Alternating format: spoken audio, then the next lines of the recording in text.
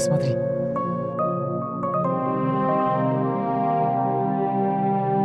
Asman açık gündü bergen, ay yıldızdı tündü bergen. O Allah dep dua kılsak, nurun çaçıp bizge bergeni.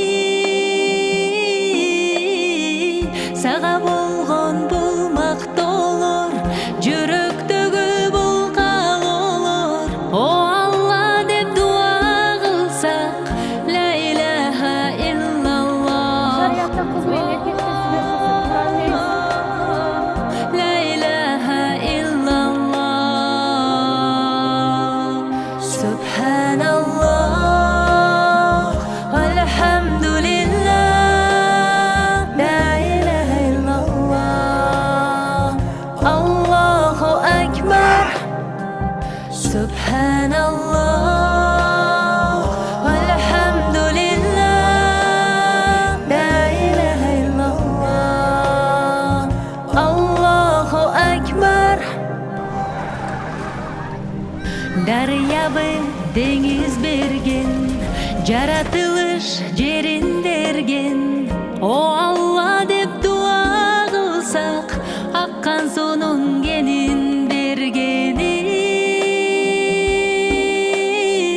Sağa bolgon bulmak olur, jüröktөгü bulkal olur. O Allah dep dua kılsak, la ilahe illallah. La ilahe illallah. Subhanallah. Elhamdülillah. La ilahe illallah. Allahu Ekber. Subhanallah. Elhamdülillah. La ilahe illallah. Allahu Ekber.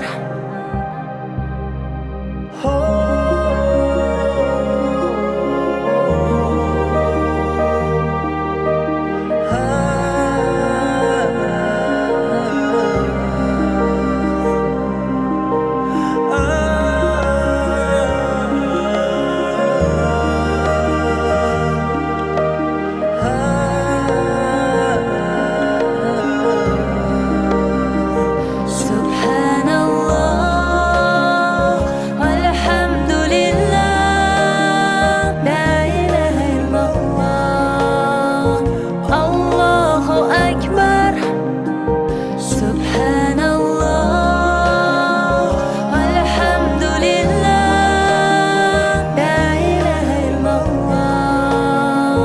Allahu Ekber. Sonuç var burada. Kulduğunlar burada yana. Kızınar jakşı жерге turmuşка чыгып атат.